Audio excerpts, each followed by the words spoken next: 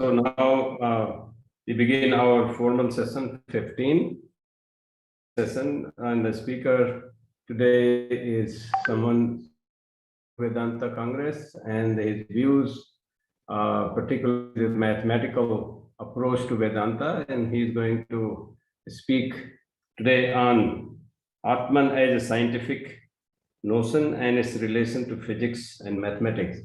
Dr. Raju has been at the forefront of new original thinking from Indian perspective about mathematics and mathematical physics. He has his master's in mathematics and undergraduate in physics and a master's in mathematics from Mumbai, University of Mumbai, and his PhD from Indian Statistical Institute. He has some very original papers published that have been challenging some of the fundamental notions of those fields from the Western point of view. And he was very heavily involved in the development of the Indian supercomputer Param. He has authored several books in these fields, which are highly appreciated, including some of the fundamental idea that he has questioned the basis, philosophical basis of mathematics and physics that relates to equations, differential equations, and quantum mechanics, and has been appreciated by people in that field. So I think we are really looking forward to his lecture. I have heard him a couple of times. Sometimes it becomes very, very dense, but today's topic looks very interesting. So I'm looking forward to that, Professor C.K. Raju. Thank you. Thank you for inviting me, and thank you for giving me the little extra time that I needed. So let me start right away, since I don't know whether I'll be able to finish in time. So this talk, I mean, well, these days there may be a problem because I'm not able to type, I dictate, and if the mic is on, suddenly some nonsense may get recorded. So please allow for that. This has 5 parts. Now, I don't think I can cover all the 5 parts. I will cover mostly the first part in some depth, and the other things I will summarize. And even that first part, it has, well, I have been trying to explain it for the last 40 years. I'm not sure I can explain it in 40 minutes, but anyway, let me try. So let me give a summary of what I'm saying. If you look at the beliefs in Atman and Moksha, I'm saying they are scientific beliefs. If time is quasi-cyclic, and this makes the related ethics credible today, credible also for the Gnostic. So let's start with the first problem. First problem is the doubts about life after death. And these are core beliefs of Vedanta as well as Hinduism, but the belief in Atman involves a belief in life after death, which has long been doubted and rejected. So even the gods doubted it, and you find it even at the beginning of Nachiket's dialogue in the Kathopanishad. So about the death, there is this doubt among men. He is, says one, and he is not, say others, and I would know the truth, taught by you. So Jung also responds that even the gods were once puzzled by this mystery, and subtle is the truth regarding it, not easy to understand. Very well. So there is this doubt, and the doubt is there even in the Upanishad. And the point is that in the Indian tradition, one has to begin with the Purva Paksha, or the opposite position. You must begin with it. And if you don't address it, there is a big problem that you don't quite understand your own position if you are not able to address the Purva Paksha. So it's a very simple Purva Paksha, how is there life after death? And so somebody who gives a lengthy pravachan without addressing the Purva Paksh, he is supposed not to understand his own position. That's the situation. So the Purva Paksh is that life after death is not credible. And there were skeptics, plenty of skeptics in ancient India. So from pre-Buddhist times, you have Ajit Keshkambli, and we find this in the Samannapal Sutta of the Digha Nikaya. He calls it a doctrine of fools, an empty lie, mere idle talk.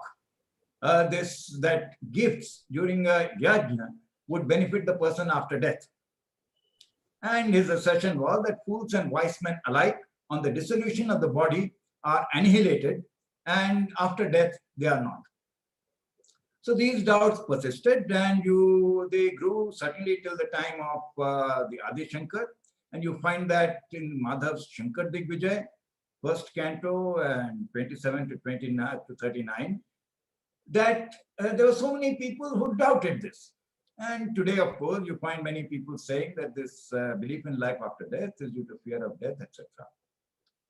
Now, the point is, in the last 2,500 years, nobody has given a proper answer to this doubt. Not even that champion of all Hindu debaters, Dayanand Saraswati, in his Satyarth Prakash, you see, chapter 12, he addresses your lokayat, but not adequately. And the core reason, there is a core reason for it, that the Sanskrit Pandits went by Shabda Praman of the Ved. And this was rejected by the Gnostics, like the Buddhists, the Lokayat, and the Jains.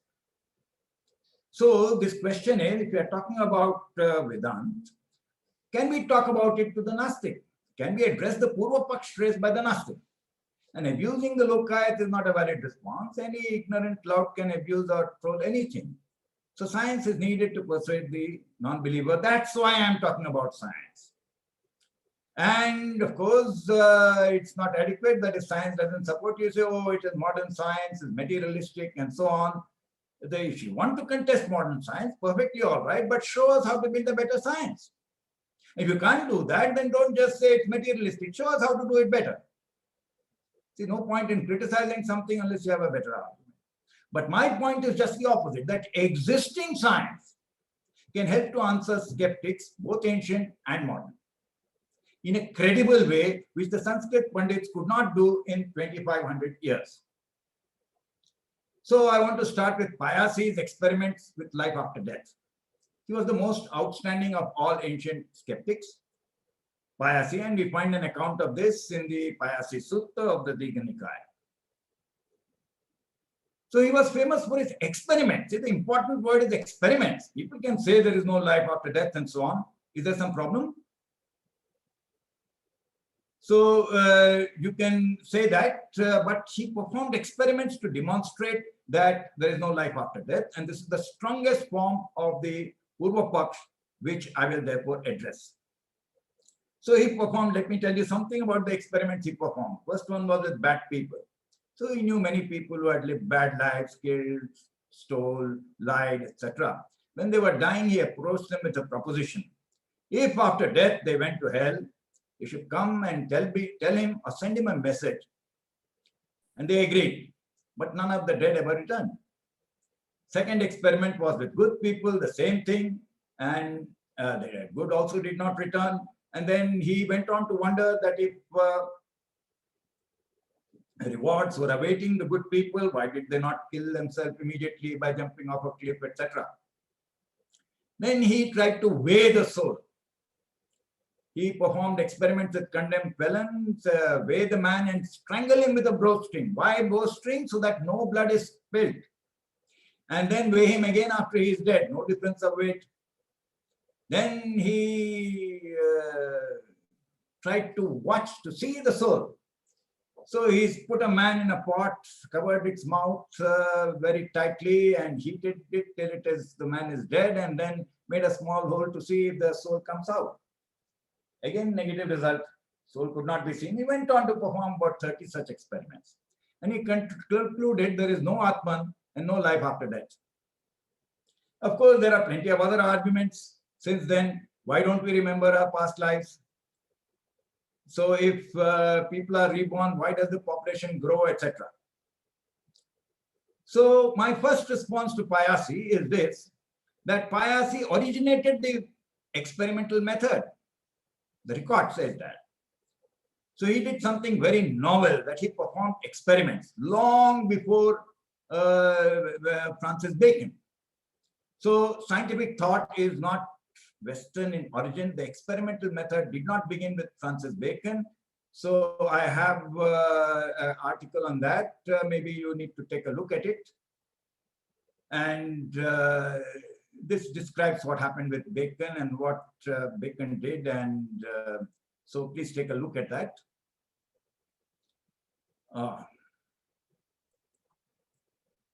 So he invented the experimental method. Okay, fine.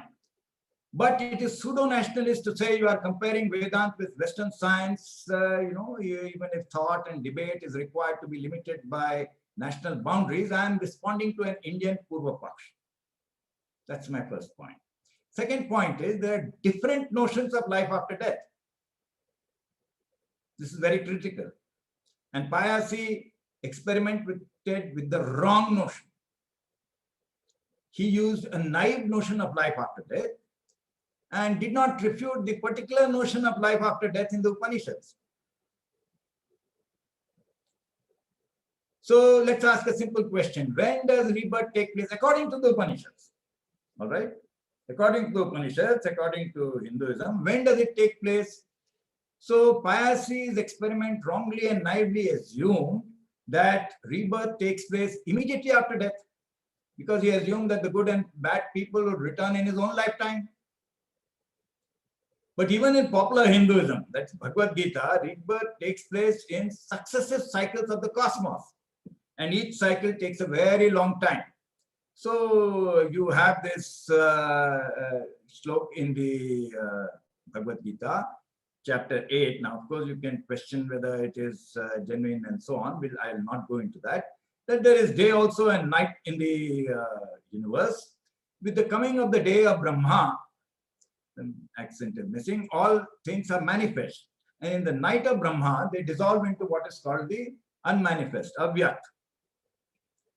So all past things are created again and again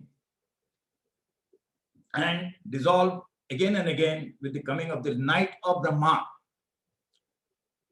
So this is what Krishna is telling Arjuna. So they take place in successive days of Brahma, or kalp as they are called. And how long is a kalp? How long does a day and night of Brahma last? Again, the Bhagavad Gita tells us. We also find it in the Vishnu Puran and so on. Sahasra yug paryantam aharyad brahmano vidu. So ahar of Brahma is Sahasra yug, is 1,000 yug. It's actually Mahayug. And the night is of a similar duration. And of course, there are variations on that. Some people change that. It does not matter. I'm not looking at the exact timing. The point is that according to the Vishnu Puran, for example, each Mahayug consists of 12,000 years of the gods. So it is something like that. It comes out to be, if you calculate it, to be 4.32 billion years.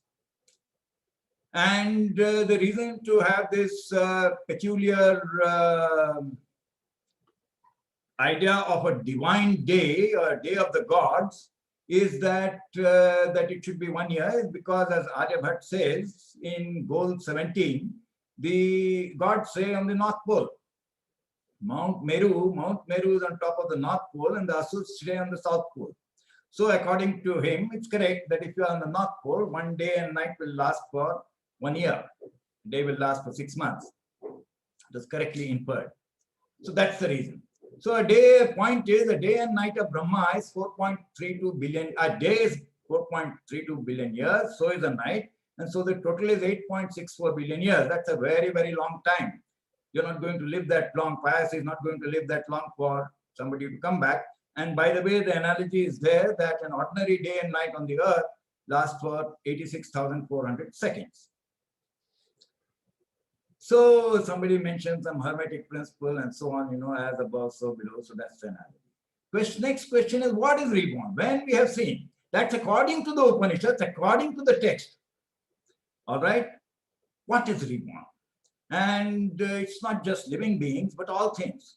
So if you see the Shveta Shvatra Upanishad, Sarva Jive Sarva Sansthe, right? So the idea is, the analogy is to a wheel, and this is the wheel of Brahman, and upon it are all creatures subject to repetition of birth, death, and rebirth. And the whole cosmos goes through a cycle in which not only living creatures, not only Sarva Jive, Sarva Sansthe, all things and events are reborn. And you can also see the simplified account in the Bhagavad Gita. So, Brahma Bhavana Loka Punaravartino Juna. So, all things in the cosmos, okay, not just living beings, they repeat. So, the question is, which words do they repeat in?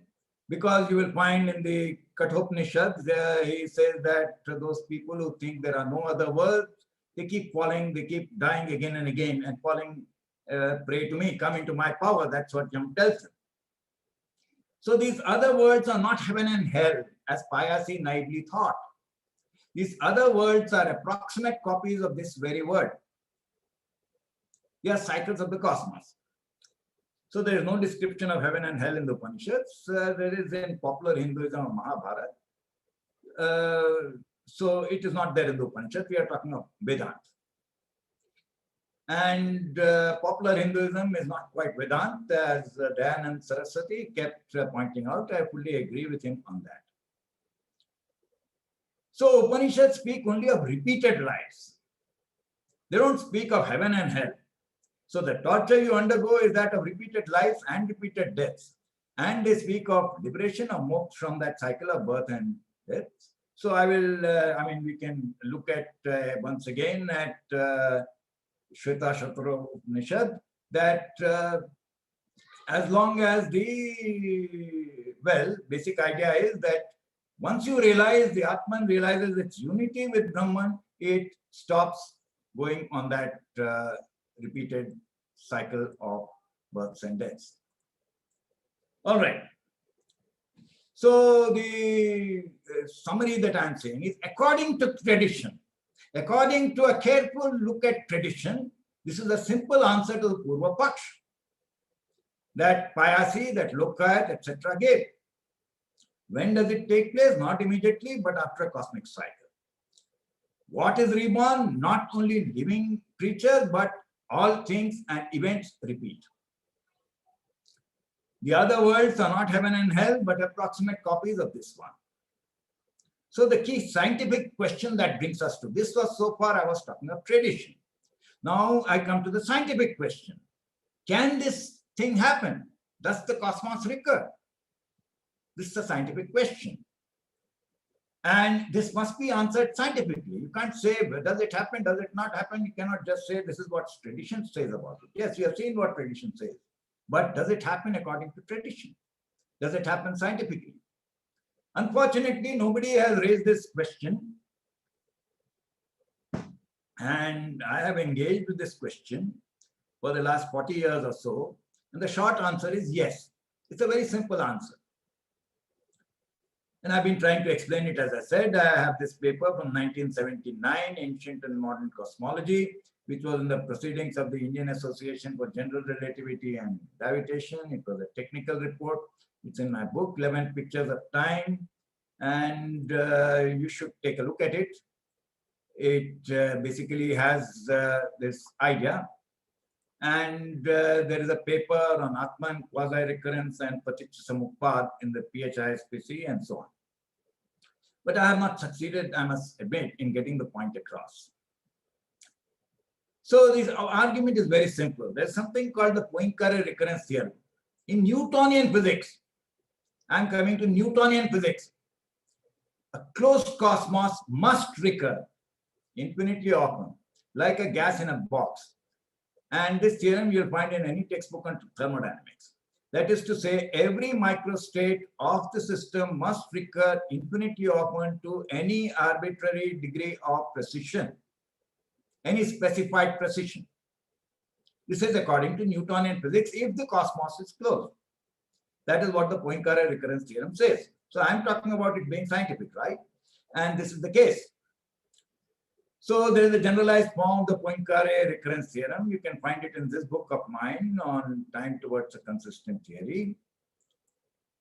And maybe I can just show you the contents of that.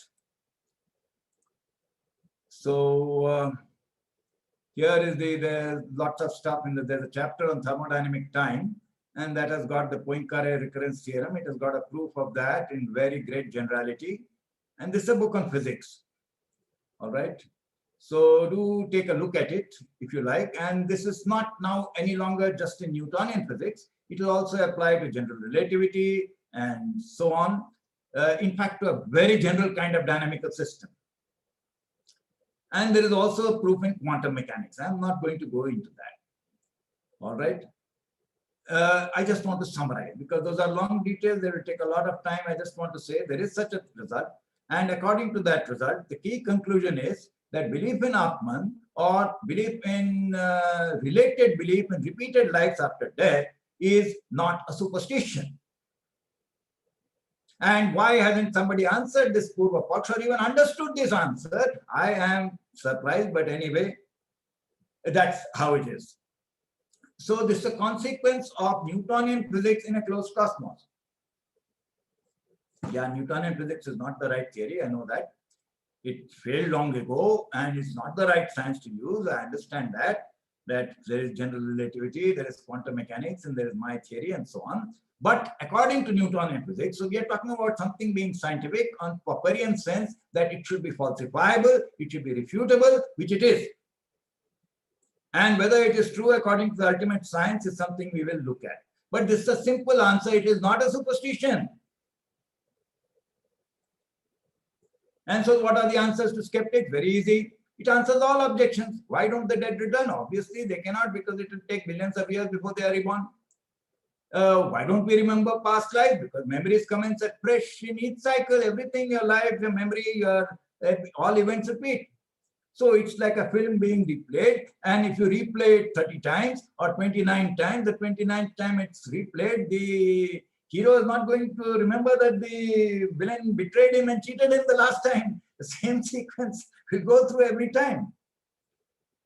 Why can't the soul be seen or weighed? Because it's an abstraction connecting one person in one cycle of the cosmos to the same person in the next or previous cycle. Just the way you are connected to yourself at the next previous instant across the diastema. So these are very simple answers.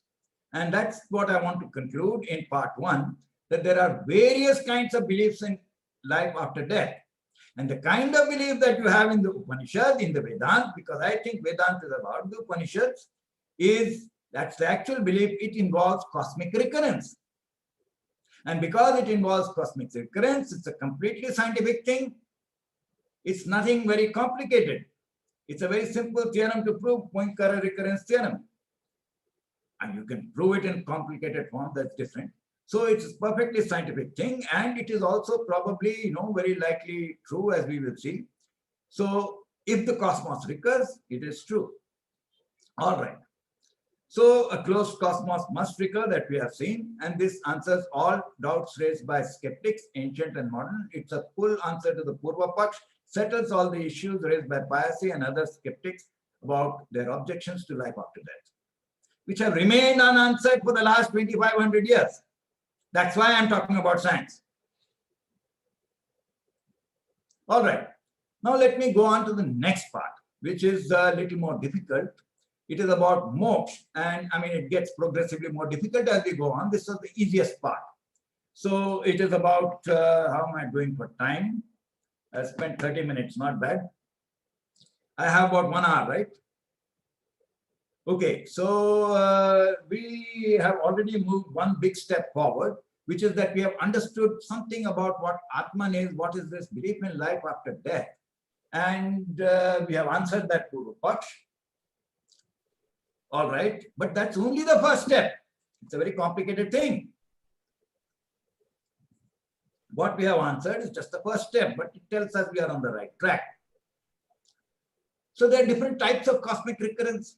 Just as there are different types of life after death, there are different types of cosmic recurrence, different types of what is so-called cyclic time. So eternal or exact recurrence or Poinkara recurrence is not what is required for Hinduism. It's the wrong thing. It's the wrong kind of recurrence. You don't want it. It's just to show that it is scientific, that it makes sense. It's not a superstition. So why not? Because the key requirement of Hinduism is moksha, right? You have, and it is, requirement is, I mean, it's not just that it is stated in tradition. That is the only reasonable, desirable goal of life. If, you must want liberation from life after death, if you are repeatedly being born. And this is clarified also by the, let me go back to the Upanishad, that you are looking for moksha, right? You want to be freed from the cycle of life, death, and rebirth. And what is this Amritatva? It is clarified in the next word. And it is a very, very graphic description. It is non-death and it is freedom from rebirth. It is yoni mukta. See, you have to be born, you have to pass through the yoni, that is, you are free from that. That is it's a very explicit kind of description. All right. You can find that in the second part of the Bhagavad Gita. Mamupettatyu kanteya punarjanmana vidyate. You are finding me, you are no longer reborn. So that's the ultimate goal. And now you have to make sense out of that. Can you make sense out of that scientifically? That becomes the next question. First part was easy. Now we are getting into complexities. It will get more complex. So there are different types of cyclic time. All right. So Atman is a scientific notion with any kind of recurrence. But moksha is not available with eternal recurrence or Poinkara recurrence or super cyclic time, as I have called it. The whole idea of 11 pictures of time is that there are so many different pictures which you confuse with each other. You think there is only linear time and cyclic time and you make a total mess. It's very, very wrong to think like that. So that's not what you want. So moksha requires quasi-cyclic time, quasi-cyclic time, but not super-cyclic time. If you confuse the two, you are done for, finished. You will just be, it's a horrible mistake. Let me put it like that. To assert that Hinduism requires cyclic time. Horrible mistake. Okay, so why is it a horrible mistake? Let me give you an example of how you can confuse these different kinds of recurrence by confusing different types of cyclic time and referring to all of them under one name of cyclic time. So just as Pius, he confused different types of different notions of life after death and confused, made a mistake. This also happens especially by those who are under the influence of Western philosophy. And well, this is because the church cursed the notion of cyclic time in Western thought, and it sowed that seed of confusion about cyclic time very deep in Western thought. All the way from Augustine till T.S. Eliot and so on, you'll find all those quotations in my book. So there's huge confusion. But let me give a particular example of Nietzsche. Nietzsche founded his entire philosophy on eternal recurrence. He anticipated the Poinkara recurrence here, intuitively. And he was opposed to the church because he knew that the church has cursed cyclic time. He didn't know why, mistake he made. But to oppose the church, he championed cyclic time using Newtonian physics. He actually had stochasticity and so on. I don't want to go into those technical details. It was probabilistic evolution, not deterministic evolution, but that doesn't matter. He wrongly attributed this on the Aryan thesis by which he was influenced to Zoroaster, called Zarathustra. So Nietzsche's description of cosmic recurrence, what if someday a demon crept into you and told you that this life that you now live and have lived, you will have to live it again countless times again. And that there is nothing new about it. Every pain, every joy, every thought, every sigh, and everything unspeakably great or small will have to return to you everything in the same progression and sequence. Even the spider I see, the moonlight filtered through the trees, even this moment and myself. Repeat, repeat, repeat like a stuck record. The eternal hourglass of existence will be inverted over and over again, as will you, you speck of dust. Would you not cast yourself on the ground, grinding your teeth together and cursing the demon who spoke to you thus?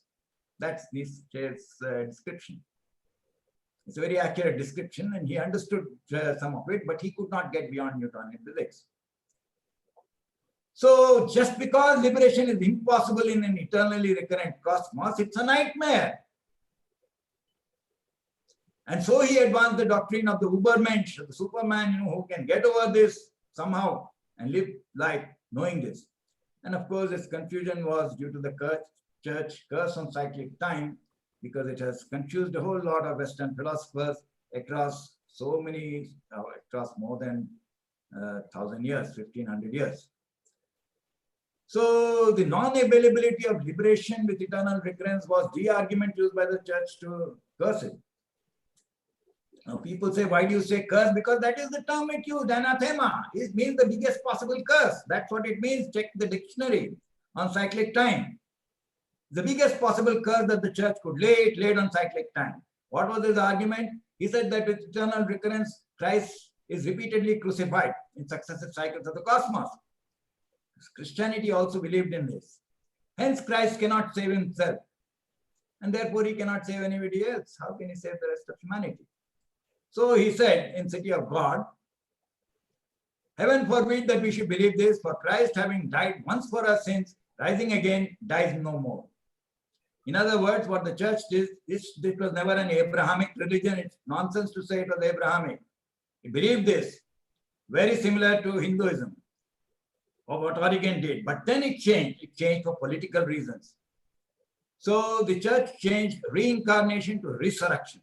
That is life after death just once, not repeatedly. So that Christ could be saved. So you will be reborn only in heaven or hell or wherever, and spend the rest of eternity there. And therefore it made the soul, the Christian notion of soul, metaphysical. So it differs from that, and it becomes metaphysical. By metaphysical, I mean scientifically meaningless. Though naturally often translate Atman as soul, because originally the concepts were similar. So the point is, if you confound different types of cyclic time, you end up with this huge confusion. The fact that early Christianity had the same notion of soul as Atman is there in this appendix to Origen, which is appendix on Origen, which looks at Origen. He was the person who actually built the Bible. Bible is built on his notes.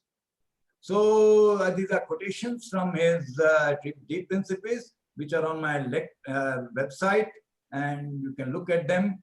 I won't go into all those details, but it was very much there. So this was the thinking, pre-Nicene thinking, before the Nicene Council, how they think, whether it came from Hinduism or from Egypt. I believe it came from Egypt, but that's not the issue right now. But what Augustine did was he mischievously confounded two different kinds of cyclic time. And that is why, that is Augustine's trap in which everybody falls. He confound the two notions, say, oh, Hinduism has cyclic time. That's what he did. So it's a very dangerous trap to fall into. And lots of people fall into that, which I'm trying to correct. So the point is, just as there are different notions, there are radically different notions, antagonistic notions of cyclic time. If you just use the word cyclic time, you get into a complete mess. I explained that in 11 Pictures of Time. I don't think anybody has understood. It's a great disservice to Hinduism, because liberation or moksha is the fundamental and ultimate requirement of Hinduism. So if you picturize it as something which does not offer liberation, you are doing a great disservice to it. Unknowingly perhaps, but you are doing it all the same. As the Jains say, whether you do it intentionally or not, doesn't matter. So what we need is quasi-recurrence, no, not eternal recurrence. So both Atman and moksha are scientifically possible if the cosmos is quasi-recurrent, but not eternally recurrent. Okay? That is to say, if time is quasi-cyclic, but not super-cyclic. Now that brings us to the next question: is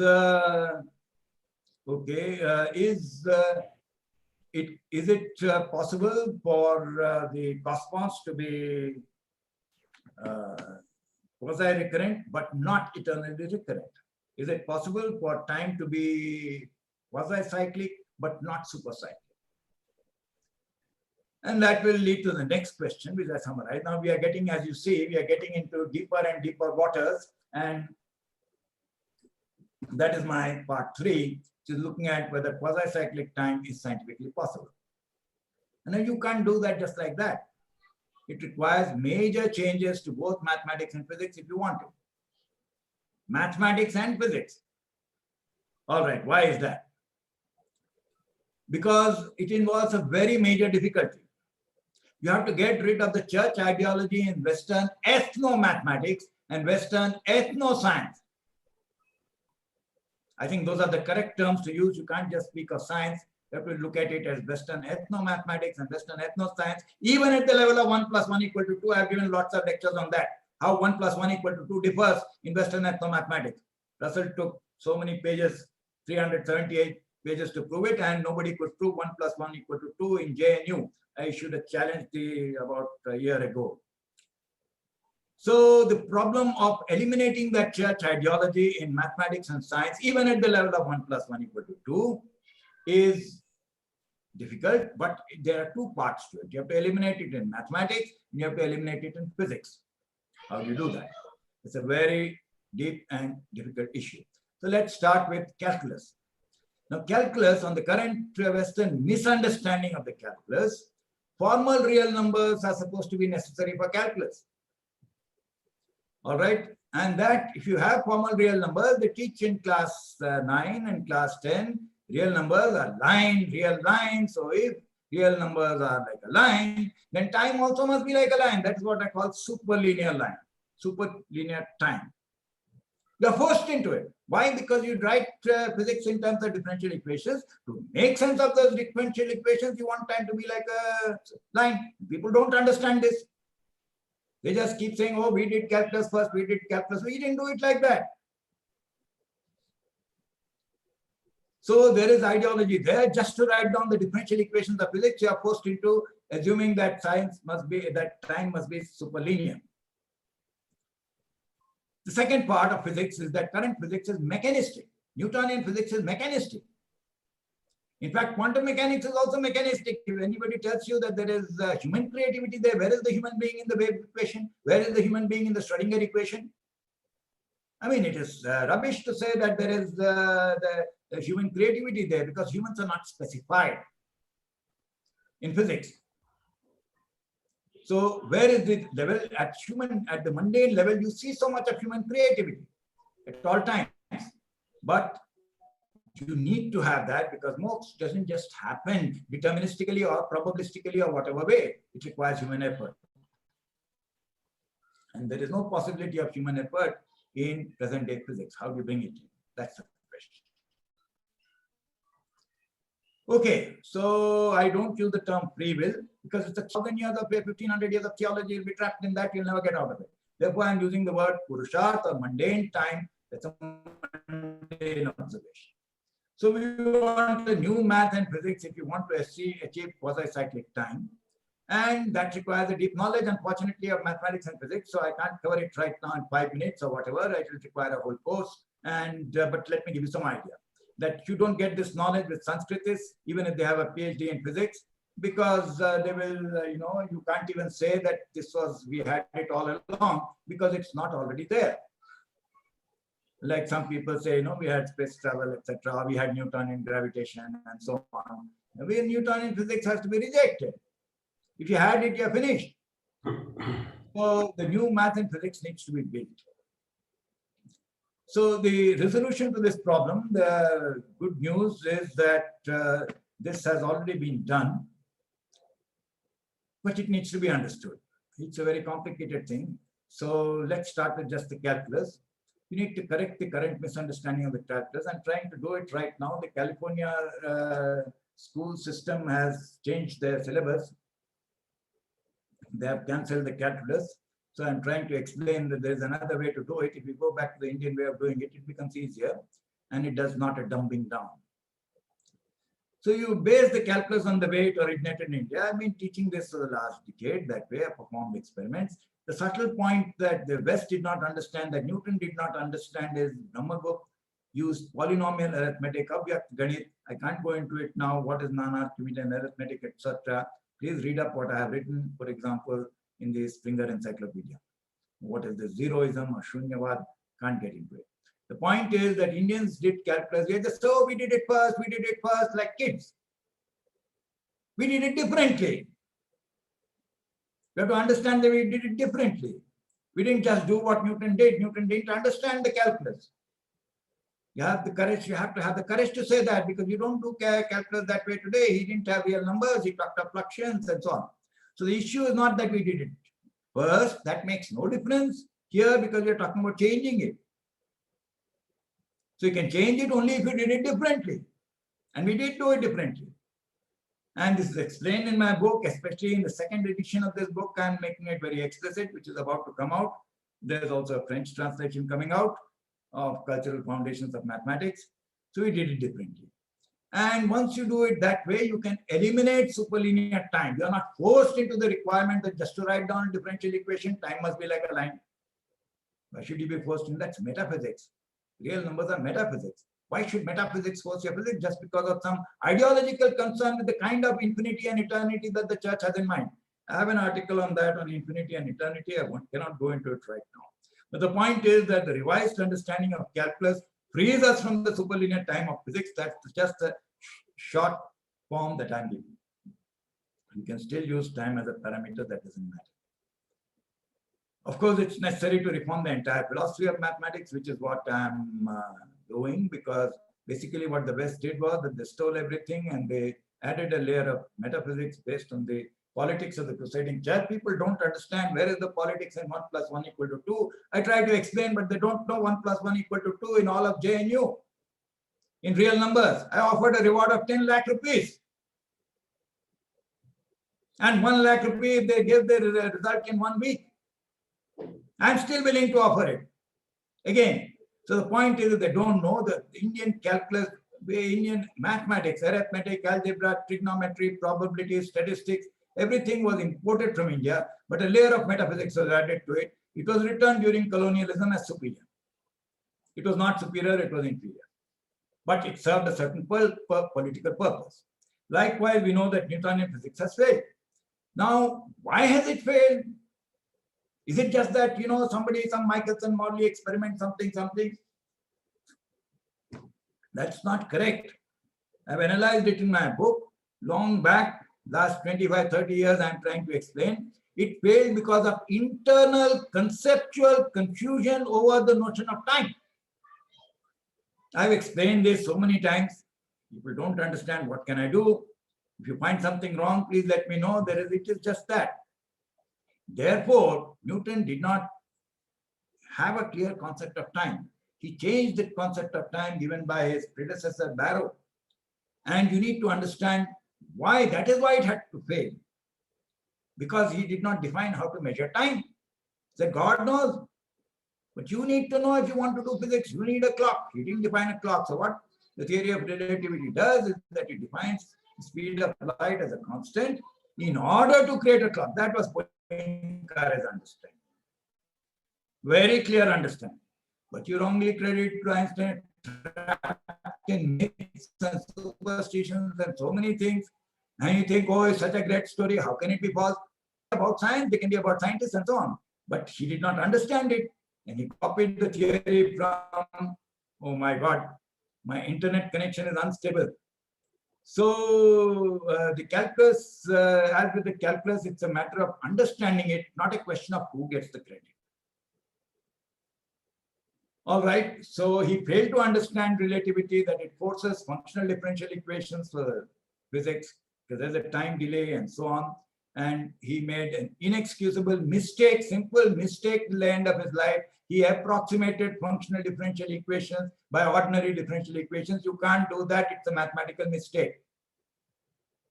So anyway, Poincare understood that is what has to be done because he was the real originator, and he understood that they are fundamentally different.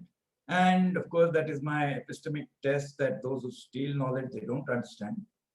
But that's not important. What is important? We are talking about Vedanta. So to allow mundane creativity of living organisms, to allow spontaneity in science, you need to go beyond Poincare. You need to talk of functional differential equations with a tilt in the arrow of time. Now, what is the tilt in the arrow of time? You need an advanced component as well as a retarded component. And this is described, well, I've been describing it for so many years. It makes me feel bad to try and describe it again. I won't do it here. All that I'm saying is that FD is with a tilt. This is still pure science. That you observe mundane creativity, you want it. But now, if the tilt in the arrow of time increases with time, it may happen, it may not happen. It is still a falsifiable belief, a refutable belief. You can perform experiments to test it. But if that happens, then you get quasi-cyclic time without exact or eternal recurrence. So it's a complex issue, and that is where it is. It is possible to get it, and that would make both of them scientifically meaningful and true if that happens.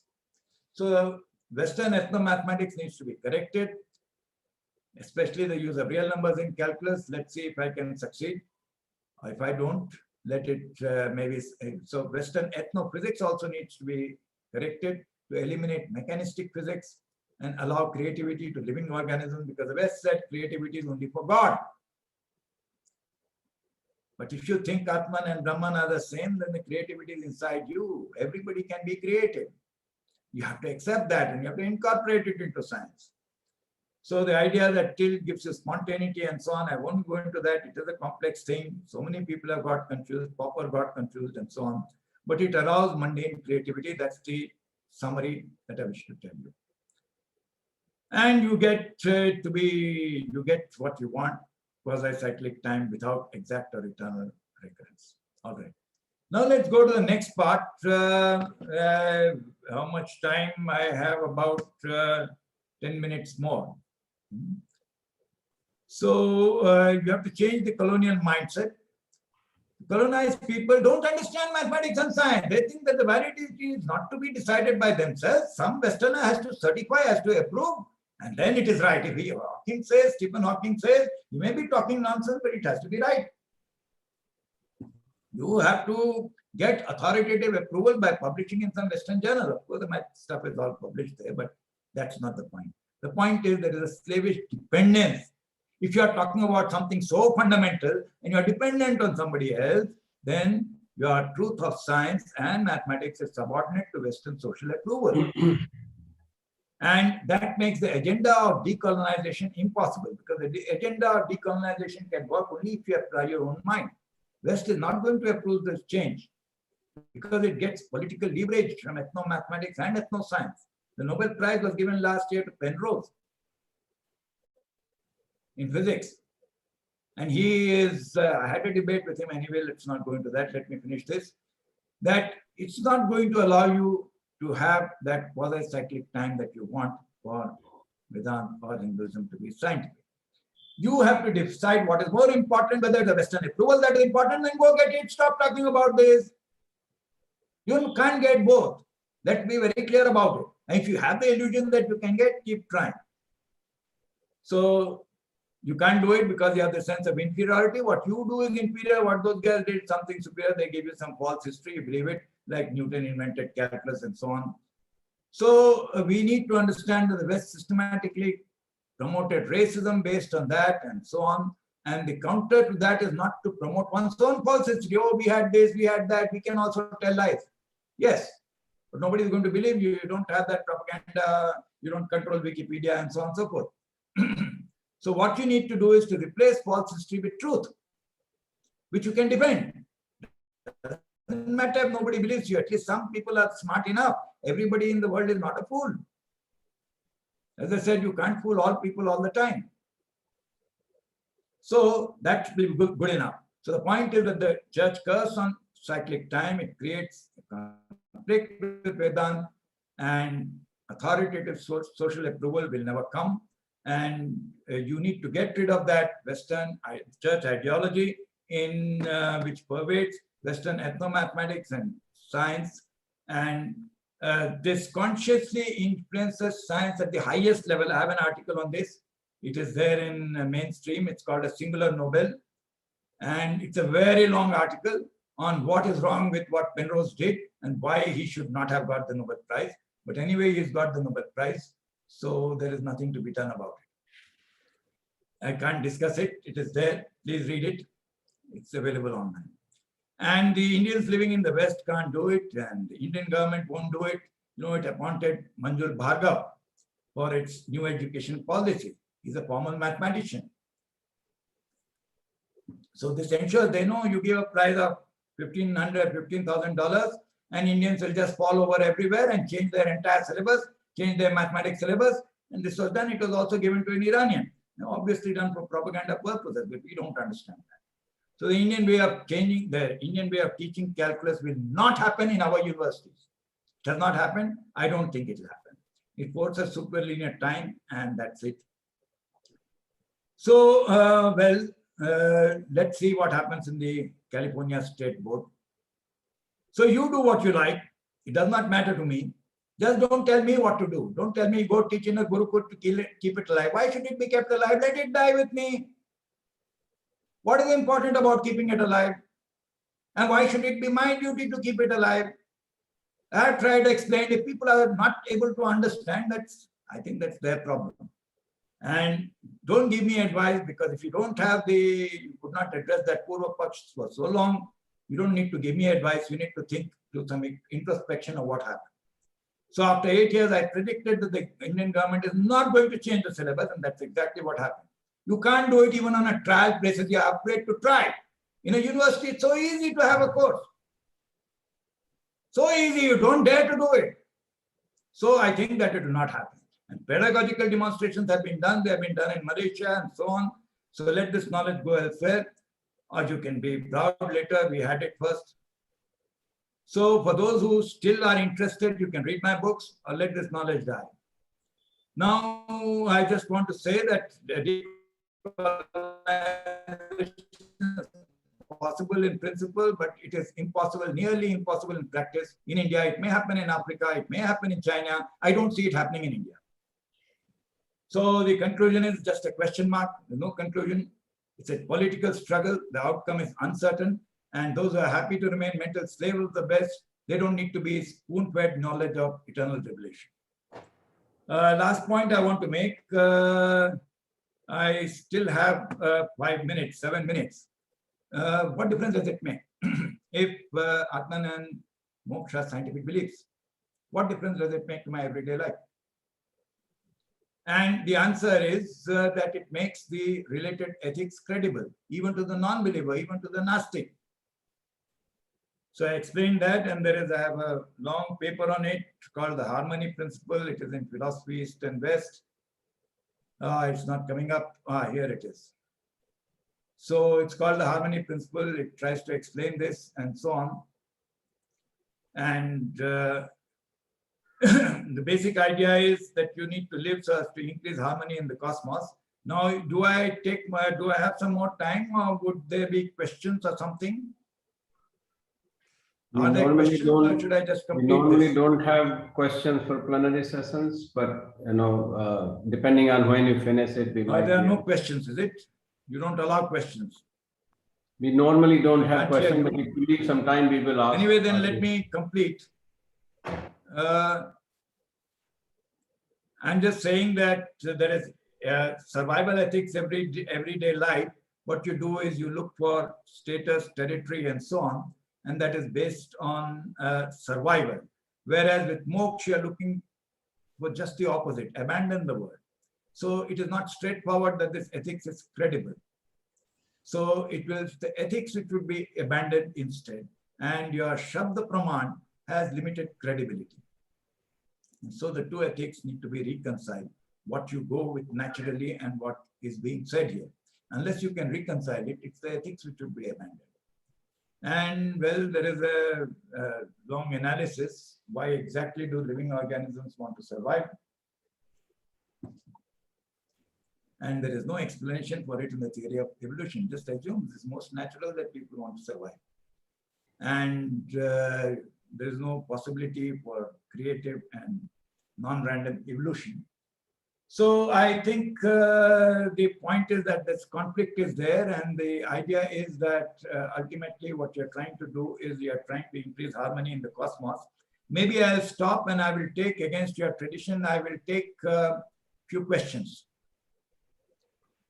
Thank you. Thank you, Professor Raju. It's as usual. So there are some things in the chat. There is one or two questions in the chat, that one of them is just to explain something. I can't hear what you're saying.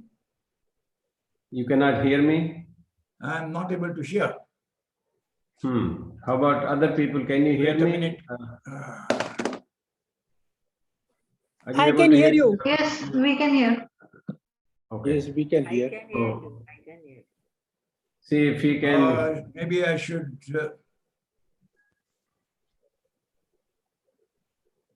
Not able to hear.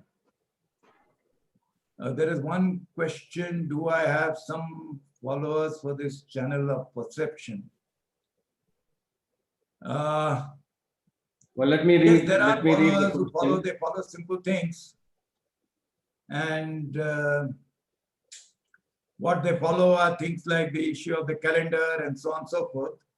But there are followers, especially in Africa, they are willing to accept that there is, you see, by the way, the Egyptian thought and Indian thought are very similar. And mathematics is also similar to, for example, string geometry or Raju Ganit is similar to what they have. So, so I do have some followers, but there's another question. What is that? Quasi-cyclic time as the possibility of individual liberation. Are you talking of a relative time? What I'm talking about is spontaneity. That if you allow advanced interactions, if you allow interactions with the future, then this is going to result in spontaneity. See, suppose you have time travel. Imagine, I mean, look at what is called the grandfather paradox. As a physicist, you should understand that. Grandfather paradox, suppose the time travel arrives here right now. How do you explain it from past causes? You are not able to explain it from past causes.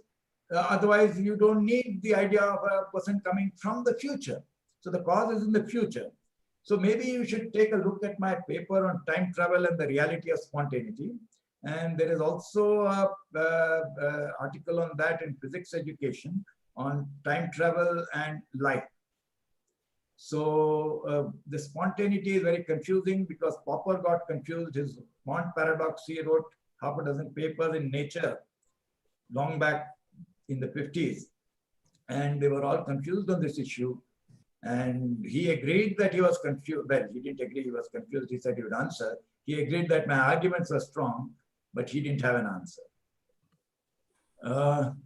Is there any other question? Yeah, I just wrote one, but I'm not sure whether you are able to hear me.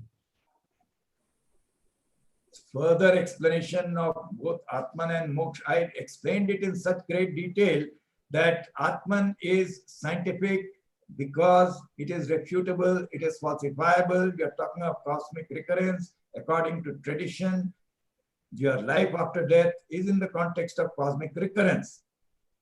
And now I am saying the next part of it is that you don't just want any kind of life after death, you want some possibility of creative intervention in the world, because it is meaningless to say Atman is Brahman unless you can create. And how do you create? So you need a different kind of physics and you need a different kind of quasi-cyclic time, which allows both things to happen. So not only is it scientific in the sense of being refutable, it is scientific in the sense of being very likely true. More questions. Okay. So Balram Singh, can I ask a question? Okay, does consciousness, I don't know what consciousness It seems is. he's not able to hear, so you Yes, can please. just write it. He's not able to hear. I can't Professor hear Raju, you. I can can't hear anybody for some reason. Yeah, so just wait a write minute. it. I suggest My everybody please just audio write it. sound settings have gone wrong. One second. Professor Kaushal, please Sound write it. settings. And he is Something able to has read happened to it. the sound settings. I'm not very good in writing chat box. Well, I will write it for you. Say it what you want Yeah, to say. I just will a write minute. it. Just a Actually, minute. Sound is okay. Output device is not working. There's a problem at your He end. can't hear me. He's out of Professor Ram control. Singh, Okay, let's yeah, go please back to write the it. computer. I Speaker. believe that it is consciousness which creates I'm space still and not time. able to hear. 1 minute. Not able to hear.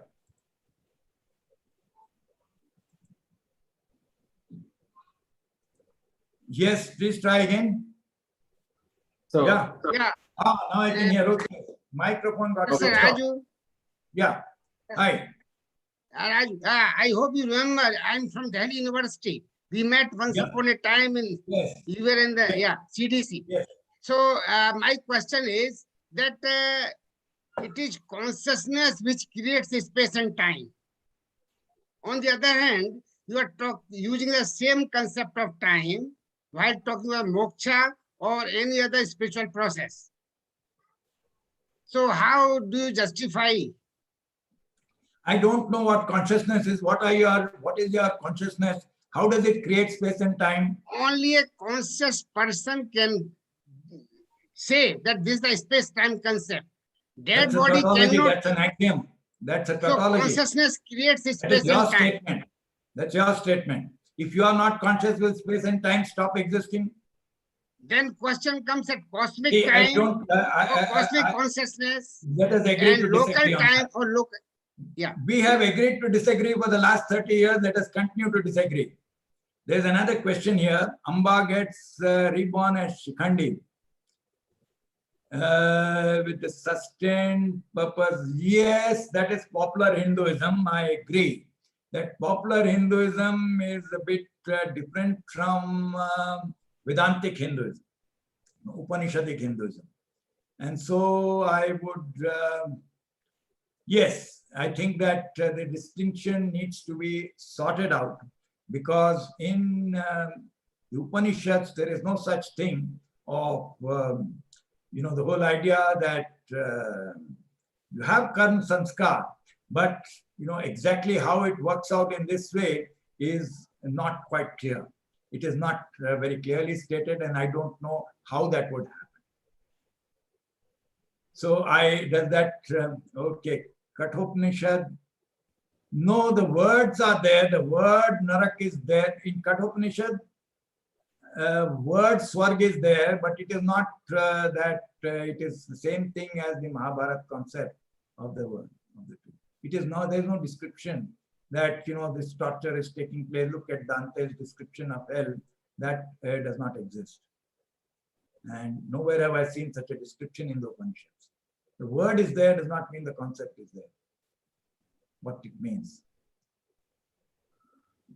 all right. Well, What thank is the you. difference between, okay, right. Thank you. Thank you, Professor Raju. As usual, your presentations are full of provocative observations. It will be always good to continue this discussion. You raised many issues of theology and the fundamental aspects and assumptions of mathematics that have been originated elsewhere. And you brought the idea of Vedanta and especially the Mahayuga and other things. And they all really, each one of your presentation, each one of your slides, actually, I would say that will be taking our presentation to discuss. I did raise a question as to, maybe similar to Professor Kaushal, as to the consciousness. Does consciousness do these things mathematically? Even though maybe the time and other thing, it does really, is the mathematics work there or not? I don't understand consciousness. What I can talk about is the link between physical and biological evolution. Okay, That I please have do talked that. about. Yeah. Okay, that I have What is talked the about. difference? So if you are allowing spontaneity in physics, then you can have creative evolution. I raised that point that it is not necessary. May I complete responding to Yes, him? please go ahead. So the idea is that in Darwin's theory, mutations take place at random. They are not creative mutations. So the giraffe gets a long neck not because the entire species of the giraffes desired to grow a longer neck and they became tall. It just happened and the others got eliminated, and so on. So this is all right at the level of bacteria and so on, but I don't really see that this necessarily works there. It need not. I mean, you can have a physics, once you have a creative physics, it is going to affect the evolution of biological organisms. In fact, I want to study this issue, and I am studying this issue, and maybe sometime the statement, let me put very clearly, is as follows. If you have got functional differential equations with deviating arguments, then order can be created faster than it can be created with stochastic differential equations. Probabilistic differential equations can also create order, but it will take a much longer time to do so than if you have this. So that's a very clear statement I am putting forward. Now I can, whether how it is to be tested and so on, this is something that would have to be worked out, because see, biological organisms from the point of view of physics are very complicated. Even the simplest molecules are very complicated. And I have been planning to do this. Professor Kaushal, you have something to say? Yeah, see, you can as well define a meditation variable, because intense meditation does lot of wonders in occult sciences. So meditation variable you can define and use, instead of time, use meditation variable and let there be a different, that thing has been done in coming book of mine. Cosmic. Actually. So, Very good. We yeah, have done it it. is So why are you psychoscience I asking have me developed to answer all the throughout question? these years. So Okay, thank you. DK Print World is publishing that. Thank you. Sure. That's great. You answer I it. will I don't contact you have on email. Okay. Yeah. Wonderful. I think we need to continue this kind of discussion. What I think, my last observation about Professor Raju's explanation about physical versus biological, somebody who works in biophysical area, the biological mutations are also caused by physical phenomena. So there may be, that's why I was very interested, because the mutations about the DNA turning into one base to another base is something to do with how the circularly polarized light interacts with the nucleotides and their dipole moments and other things. So I think that may be a great understanding of this, because I like your idea. I'm talking of creative evolution. Yeah, I understand. Apart from randomness, if a particle radioactive decay and some particle energetic particle hits it and changes it, that is one sort of thing. But a creative evolution to increase order is a different proposition. Right. That's right. all.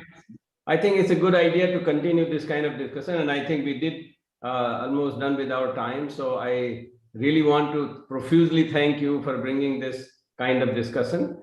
You at least give the whole array of information that people should consider, and many of those ideas you have already considered in your books and articles, and they should be debated, they should be even questioned.